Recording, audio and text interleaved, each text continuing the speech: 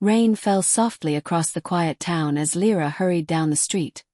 Her coat pulled tight around her shoulders.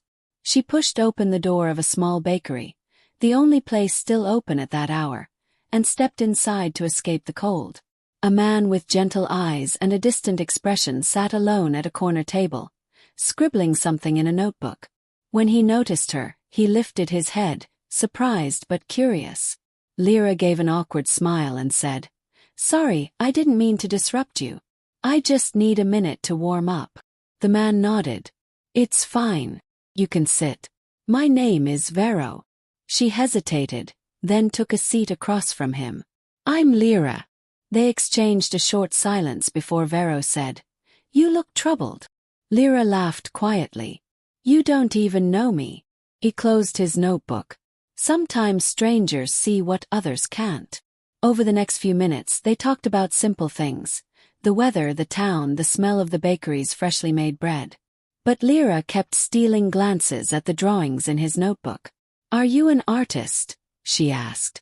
Vero shrugged. "I draw when I feel too much." She leaned forward. "Too much what?"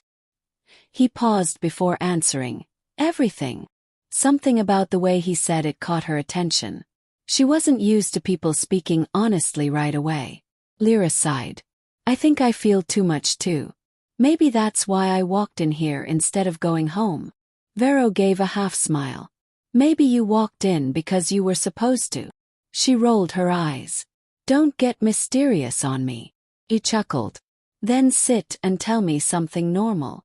She thought for a moment and said, "I don't like endings." Vero replied quietly, "Then don't end anything tonight."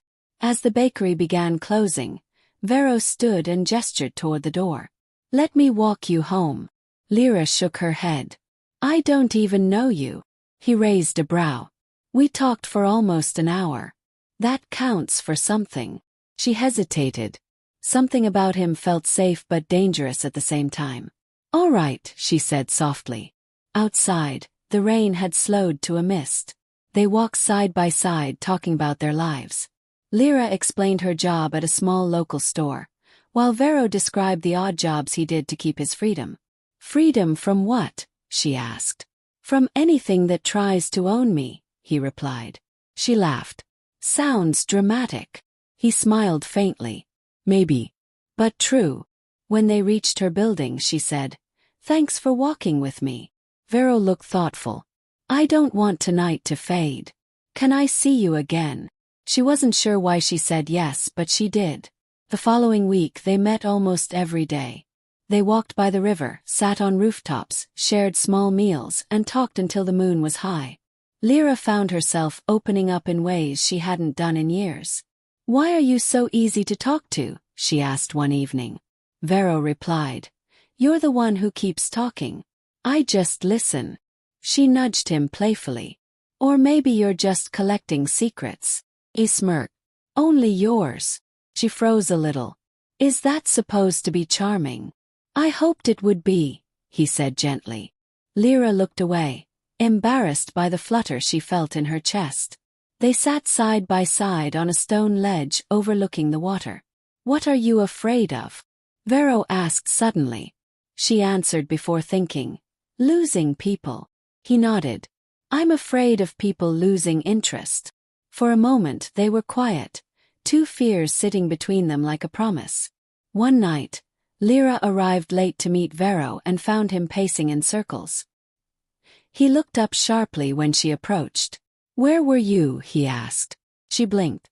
"I got caught up at work." His jaw tightened. "You didn't answer your phone." She frowned. "It died." "Why are you upset?" Vero ran a hand through his hair. "I thought something happened to you." His voice wasn't angry, just intense. She softened a little. "I'm fine. You don't need to worry like that." He stepped closer. "I don't know how to not worry." Lyra gave a small laugh. "We've known each other for weeks, not years." He looked hurt. "Does time decide what you feel?" She didn't know how to respond. After a long silence he said, "Just tell me next time." She nodded slowly. "Okay." But a strange uneasiness lingered inside her. The next day, Lyra told her friend Melly about the situation. He just gets a little overwhelmed, Lyra explained. Melly raised an eyebrow. Overwhelmed or controlling? Lyra shook her head. No, it's not like that. He's just emotional. Melly tapped her fingers. Emotional is fine. Possessive isn't. Lyra sighed. You're reading too much into it. But even as she defended him, she remembered the tightness in his voice the night before. She pushed the thought away. Later, when she told Vero she had talked to Melly, his expression changed. You told her about us. Why wouldn't I? She asked. He shook his head slowly. Some things are better kept between two people. But she's my friend, Lyra said. Exactly, Vero murmured.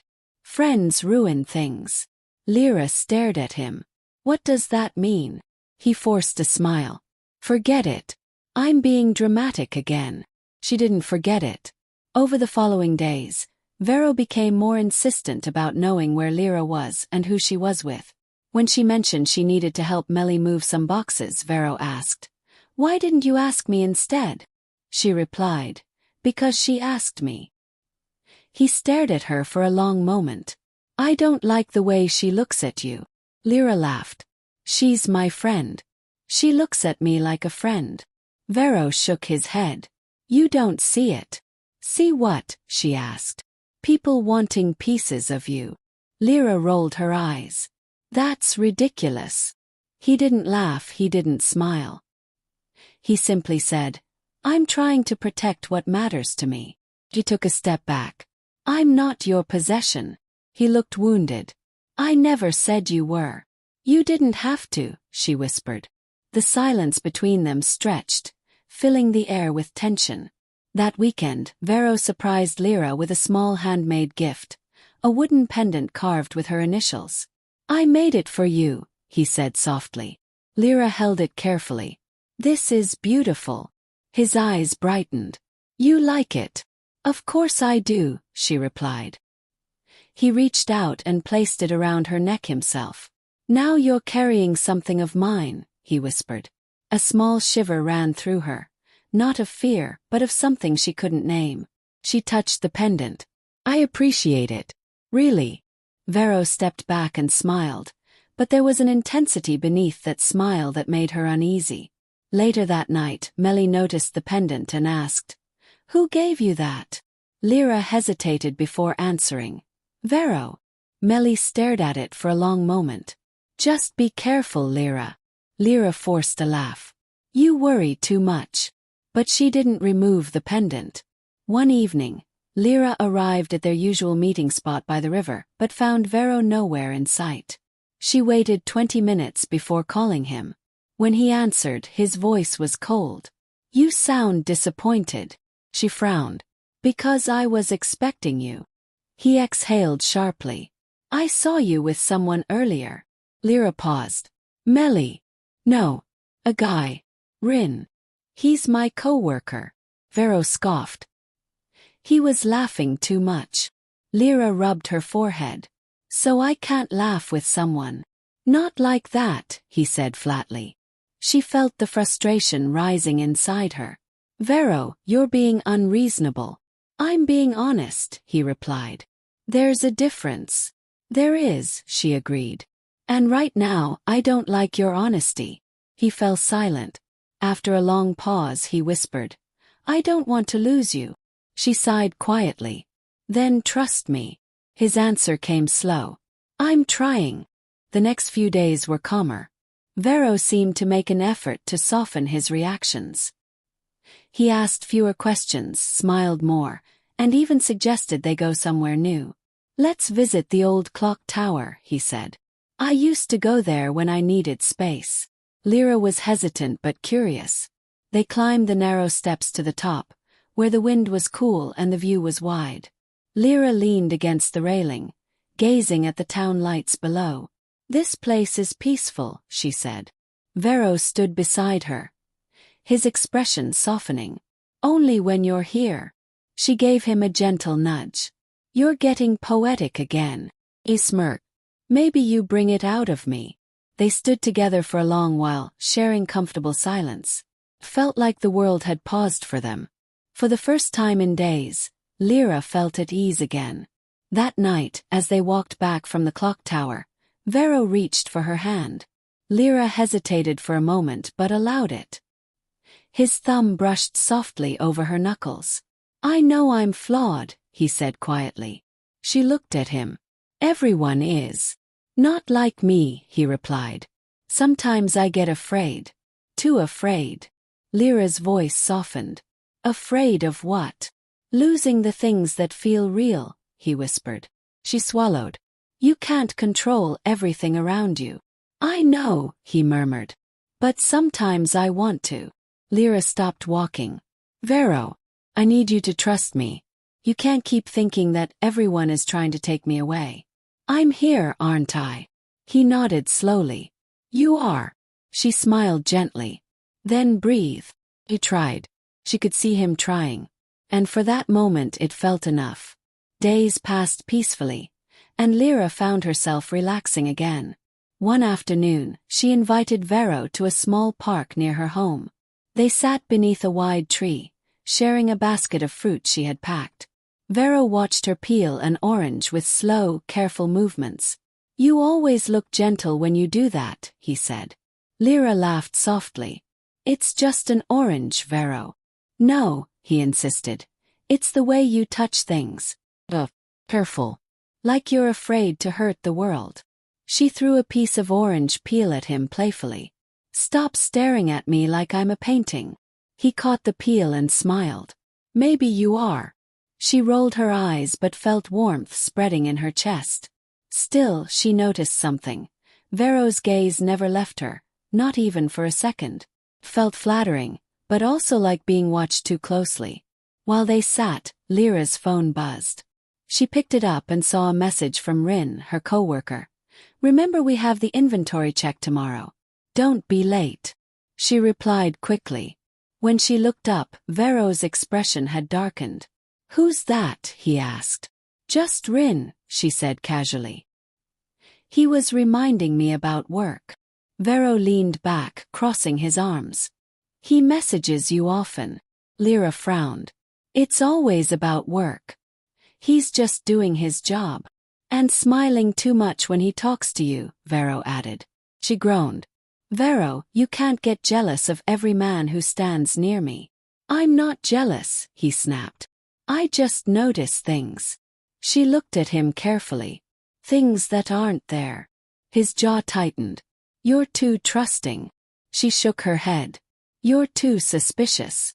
For a moment they stared at each other, neither willing to move first. Then Vero whispered, "I just don't want to lose you." She whispered back, "You will lose me if you keep acting like this." After the tension mellowed, they went for a slow walk through the park. Vero tried to lighten the mood by pointing out a squirrel running across a fence. "Look, it reminds me of you," he said. Lyra blinked. "A squirrel? Small and fast and curious," he explained. She nudged him. "You're terrible at compliments." He grinned. "But they're honest." She sighed, both annoyed and amused. "You're impossible. And yet you keep meeting me," he replied quietly. She didn't answer. They sat on a bench near a pond, watching the water ripple. Vero rested his hand near hers but didn't touch her. "Lyra," he murmured, "tell me something true." She stared ahead. "I'm tired." "Of today?" he asked. "Of trying," she whispered. Vero stiffened. "Trying with me?" She didn't respond right away. Then she said, "Trying to balance your fears and my peace." He swallowed hard. "I didn't know I was making you carry both." That night, Lyra went home feeling unusually heavy. She called Melly and explained everything. "He's sweet one day and suspicious the next," Lyra said. Melly sighed loudly. "Lyra, listen to me. This is how unhealthy relationships start. You ignore the red flags and before you know it, you forget what normal feels like." Lyra rubbed her temples. "I don't want to give up on him too soon." "And I don't want you drowning," Melly replied. "You can care about someone and still set boundaries." Lyra hesitated. Maybe I should talk to him about it again. Melly snorted. He needs therapy, not another speech. Lyra winced. He's not broken, Melly. He's not stable either, Melly shot back. Lyra felt a mixture of anger and sadness. You don't know him like I do. Melly softened. Maybe not. But I know you. And I can hear it in your voice. You're tired. Lyra whispered. I am. Vero noticed immediately. Something's wrong, he said. She took a deep breath. We need to talk. His face tightened. Those words never mean anything good. Vero, she began gently. I need space. His eyes widened. Space. She nodded. Just for a while. I need time to breathe and think. He stepped closer. Did Melly tell you to say that? No, she answered firmly. I'm saying it because I feel overwhelmed. By me? He asked in a fragile voice. By your fear, she corrected. By your doubts. By your need to control every part of my day. Vero swallowed hard. I just care too much. Then care without caging me, she said softly. His breath trembled. I don't know how. She whispered. Then learn. He reached for her hand, but she pulled it back. His face fell like a wounded child's. Please, he whispered. Don't disappear. Lyra didn't disappear, not yet, but she did step back. Over the next few days, she replied slowly to Vero's messages, kept her distance, and focused on herself. Vero didn't handle it well. He sent long messages late at night. Are you okay? Are you angry? Just tell me you still care. One night he called her 5 times in a row. She finally answered. Vero, stop. His voice was shaking. I can't sleep. I keep thinking you're leaving. I told you I needed space, not an exit, she said. But you feel far away, he whispered. Maybe because you're pulling too hard, she replied. He went silent. After a long moment he said, Tell me what to do. I'll do anything. Lyra felt the pressure pressing on her chest again. I need you to calm down and trust me, she said. Can you do that? Vero's voice cracked. I'm trying, but it feels like you're fading. The distance between them grew slowly, like a quiet fog settling over familiar streets. Lyra still cared for Vero, but she felt lighter without constant questions pressing against her day. She started waking up without checking her phone. She spent evenings reading or walking alone, rediscovering small pieces of herself she had forgotten. One afternoon, Rin from work approached her during a break. You look more relaxed these days, he said. She smiled gently. Maybe I'm learning to breathe. Rin nodded. Good. You deserve peace. She almost thanked him before catching Vero's shadow in her thoughts. How he would react to someone else noticing her calm. She shook the thought off, annoyed at how deeply his voice lived in her mind. Later that evening, Vero messaged her. Can we see each other? She stared at the text for several minutes before replying. Not today. A minute later he responded. Then when? She didn't answer. The next morning, Vero showed up outside her workplace. Lyra stepped outside, eyes wide. Vero, why are you here? He shoved his hands into his pockets. You weren't answering, so I thought we could talk. She sighed. I was at work. You can't just appear like this. He looked lost. I didn't know what else to do. She shook her head gently. We talked about this. I know, he whispered. But when I don't hear from you, my mind runs to dark places. Then trust me, she said firmly. Not your imagination. He opened his mouth, then closed it. I miss you, he said finally. Lyra blinked slowly. Missing someone doesn't mean you should chase them everywhere. Vero's eyes glistened slightly. I'm sorry. I'm really trying. She softened but didn't step closer. Trying means giving me space. Not following me. He looked down at his shoes. Okay. I'll go. But his voice sounded far from convinced. Days went by with minimal contact. Lyra checked her messages occasionally but rarely replied. Instead, she focused on rebuilding parts of her life she had let shrink when she met Vero. She met Melly for lunch, went on runs in the morning, and even joined a small evening class. For the first time in months, she felt present in her own life. But Vero still lingered in her mind. One night Melly asked, "Do you still love him?" Lyra hesitated. "Love isn't the problem." "Then what is?" Melly asked softly. "The way he loves me," Lyra admitted. "It feels heavy. Too heavy." Melly nodded knowingly. "Some people love like fire. Warm at first, burning later." "I don't want to burn," Lyra whispered. Melly took her hand. "Then step back before the flames rise again." Lyra went home thinking about that. She stared at the wooden pendant Vero gave her, wondering when something beautiful had started to feel like a chain. The next weekend, Lyra decided to visit one of her favorite places, a small hillside overlooking the town. She sat there alone, watching the sunset paint the sky in soft colors. Peace wrapped around her like a gentle blanket. That's when she heard footsteps behind her. She turned and saw Vero. Her heart sank. "How did you find me?" she asked quietly. He scratched the back of his neck. "This is the place you go when you want to think. You told me that once." Lyra looked away. "I came here to be alone." "I know," he said softly. "But I needed to see you." She sighed. "Vero," he held up his hand. "I won't argue. I won't accuse. I won't ask questions. I just want to sit next to you. Please." She studied him carefully. His eyes looked tired. Tired from fear, tired from worry, tired from himself. After a long moment she said, "Sit." But quietly. They sat side by side in silence as the last light faded. After a long while Vero spoke softly. "Lyra, do you hate me?" She turned her head slightly. "No, are you afraid of me?" he asked. She shook her head. "Not afraid.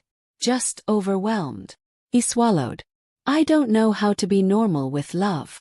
"There's no perfect way," she replied. "But you have to understand that love isn't fear. Love isn't control." Vero closed his eyes. "I know. When I feel something strong it twists inside me. Like it's too much for one person to hold." Lyra sighed. "Then share it without suffocating the other person." He looked at her with a fragile expression. "Are you going to leave me?" She stared at the horizon. "I'm not leaving today. And tomorrow." She closed her eyes. "Tomorrow depends on you." Vero lowered his head. "Then I'll try again tomorrow." For a moment, things seemed almost peaceful. They watched the stars appear, soft pinpoints scattered across the darkening sky. Vero took a slow breath. "I can do better," he murmured. Lyra nodded. "I hope you can." He glanced at her. "Do you believe me?" She hesitated, then said, "I believe you want to." That answer stung him, she could see it in his eyes. "I'm not your enemy, Lyra." "I know," she replied. "But sometimes your fear makes you act like you are." Vero clenched his hands together. "I don't want to be the person who hurts you." "Then don't let your insecurity guide you," she said softly. "Let time guide you. Let trust guide you." He looked fragile, almost breakable. "I'm afraid time will take you away." Lyra exhaled. "If time can take me away, then force never could keep me." Vero flinched at her words but nodded slowly. "I'll try," he whispered. "I promise I'll try." But promises, she knew, were not always enough. Lyra began giving Vero small chances again.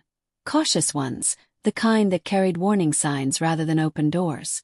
They met twice that week, once for tea, once for a short walk, and both times Vero behaved calmly. He let her speak without interrupting. He didn't ask where she had been or who she was with. He didn't cling. He tried. Lyra noticed the effort, and part of her felt hopeful. But another part stayed tense, waiting for the old patterns to burst through the cracks. On the third meeting Lyra said, "I appreciate your effort." Vero's eyes brightened immediately. "It's because you matter to me." She nodded. Just remember, I need space as much as I need connection. Vero took a slow breath. I'm learning. But even as he said it, she saw his fingers fidgeting, tapping anxiously against his knee. A storm lived inside him, quiet for now, but still there, waiting for the winds to change. One evening after their walk, Vero asked, "Can I walk you home?" Lyra shook her head gently. "Not tonight." His smile faltered for a second before he forced it back. "Okay. No problem." She watched him carefully. "Are you sure?" "Yes," he said quickly. Too quickly. She hesitated but nodded and walked away. As soon as she turned the corner, Vero exhaled harshly. He clenched his jaw, fighting the instinct to follow. He dug his nails into his palms, whispering, "Don't do it. Don't ruin this again." He paced in place, breathing shallowly. He wanted to trust her. He wanted to be better.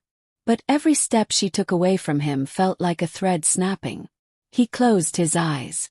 "She's coming back tomorrow," he murmured to himself. "She said she would."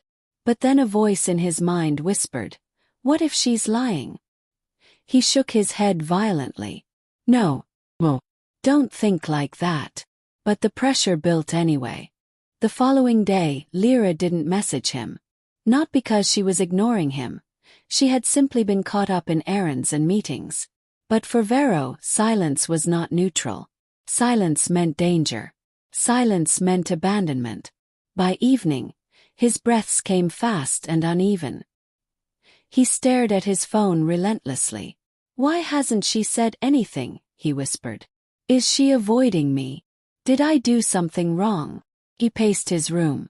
No, she said she needed space. This is what space looks like." He forced himself to sit down, but after 2 minutes he stood again. The thoughts churned like a violent tide, dragging him under. He typed a message, deleted it. Typed another, deleted it too.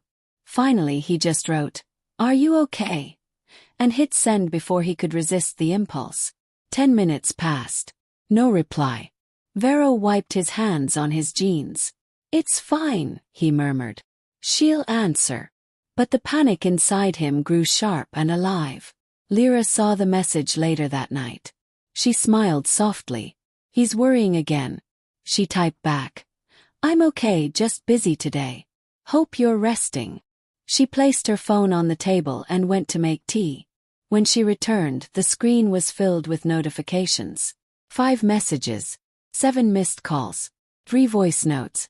Her stomach dropped. She clicked the first voice note. Vero's voice trembled. "Lyra, please answer. I don't know what's going on. Please." The next one was harsher. "Why aren't you saying anything? Did something happen? Are you with someone?" The last one was a whisper, low and broken.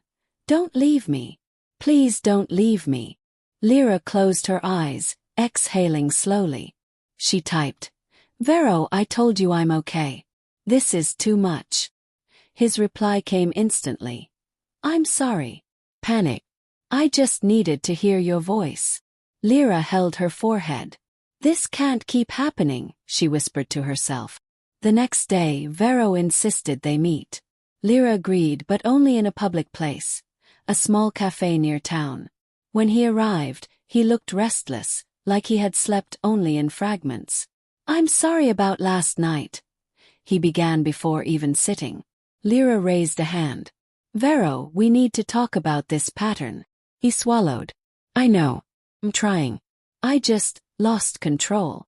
"You can't lose control every time I don't reply," she said gently. "That's not love, Vero. That's fear." He looked down.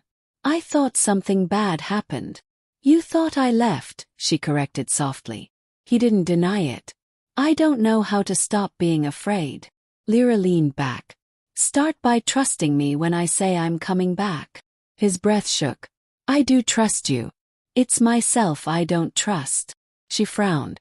"You have to fix that. If you don't, this relationship will collapse." Vero clenched his jaw, nodding slowly. "I don't want to lose you."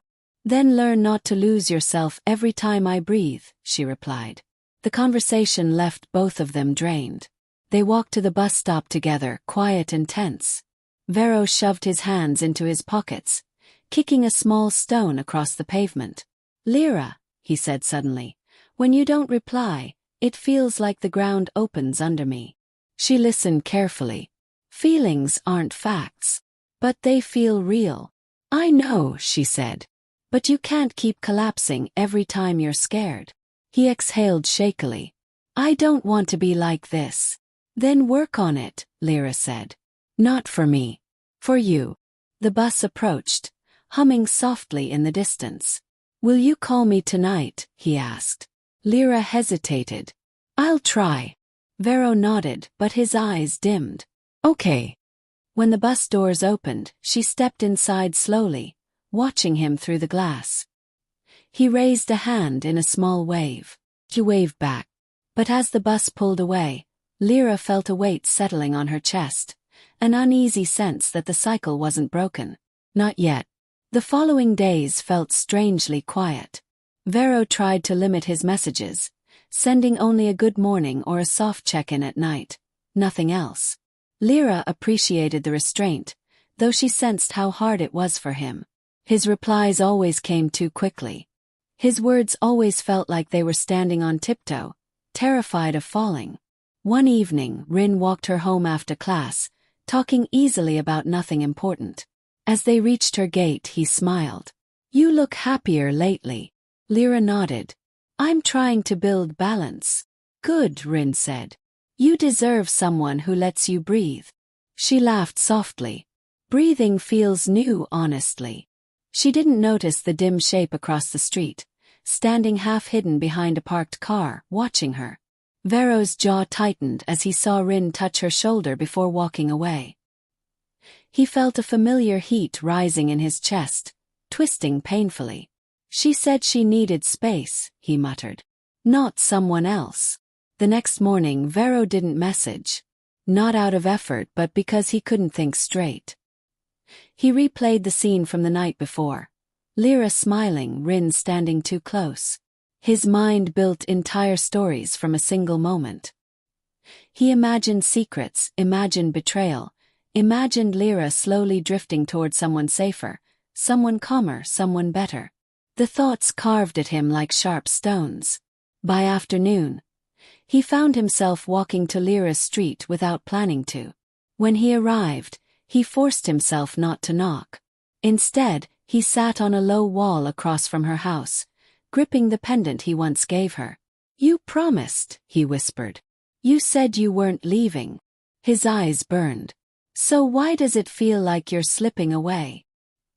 He stayed there until the streetlights flickered on, until he realized how cold his hands had become. Then he stood slowly. "I need to talk to her," he murmured. "Before it's too late." When Lyra opened her door that evening, she froze at the sight of Vero standing outside. His expression was tight, controlled, like a storm held behind glass. "Vero, why are you here?" He swallowed. "We need to talk. At night. Without telling me." His jaw stiffened. "I saw you with him." Lyra's face hardened. "You were watching me." "I wasn't spying," he said quickly. "I was passing by. And then I saw—" "Vero," she interrupted, her voice low and warning. "This is exactly what I said you cannot do." He stepped closer, tension radiating from his body. "Lyra," he touched your shoulder. "He's a friend," she said firmly. "And even if he wasn't, you don't get to interrogate my life." Vero's breath hitched. "I'm scared." "Then get help," she whispered. "Not control." For a moment, the world felt painfully still. Vero looked at her as if she were slipping through his fingers like water. "Please," he said. "Don't walk away." She shook her head. "You're pushing me there." Lyra closed the door gently, trying not to slam it. She leaned back against the wood, breathing shakily. She needed distance. She needed clarity. She needed a life that did not revolve around calming someone else's storms. Meanwhile, Vero stood frozen on her doorstep, hollowed by the quiet click of the latch. He walked away slowly, forcing himself not to cry in the empty street. By the time he reached the corner, he took out his phone and typed a message. "I'm sorry. I just want to understand." Lyra stared at it from inside her house, feeling exhaustion wash over her. She typed back carefully. "I need space, Vero. Real space. Please respect that." When Vero read it, his heart felt like it was being crushed by invisible hands. "Real space," he whispered. "That means distance. That means she's slipping." His throat tightened. "She doesn't understand what she means to me." For the first time, the fear transformed into something darker, silent, heavy, and dangerously calm. Days passed without contact. Not a single message from Lyra. And this time, Vero obeyed her request. No calls, no voice notes, no waiting outside her street. He stayed in his room, sitting on the floor with his back against the wall, staring at nothing. Food sat untouched. His phone battery died twice before he remembered to charge it. He told himself he was giving her space like she asked. But inside, every minute without her felt like a thread snapping. By the fourth day, he whispered, "Maybe this is what she wants. Maybe she's happier without me." He stood, walked to the mirror, and stared at his reflection. Tired eyes, shaking hands, a face he hardly recognized. "If I disappear," he murmured, "would she even notice?" The question echoed painfully. Then another thought followed, colder, sharper. Or would she feel relief? Vero closed his eyes, sinking to the floor again. "I can't lose her," he breathed. "I can't." On the fifth evening, Lyra finally decided to text him. She had thought carefully, breathed deeply, and chosen her words with care. "Vero, can we talk tomorrow? I think we need to define things clearly. I need honesty and peace." She hit send, unaware that Vero's phone was in his jacket in another room, forgotten. After sending the message, she walked outside to get some evening air. The sky was quiet, the street nearly empty. That's when she noticed something on her doorstep, a small object placed carefully against the doorframe. Her heart thudded as she bent down. It was the wooden pendant Vero had given her, the one he always said was the proof she would never leave.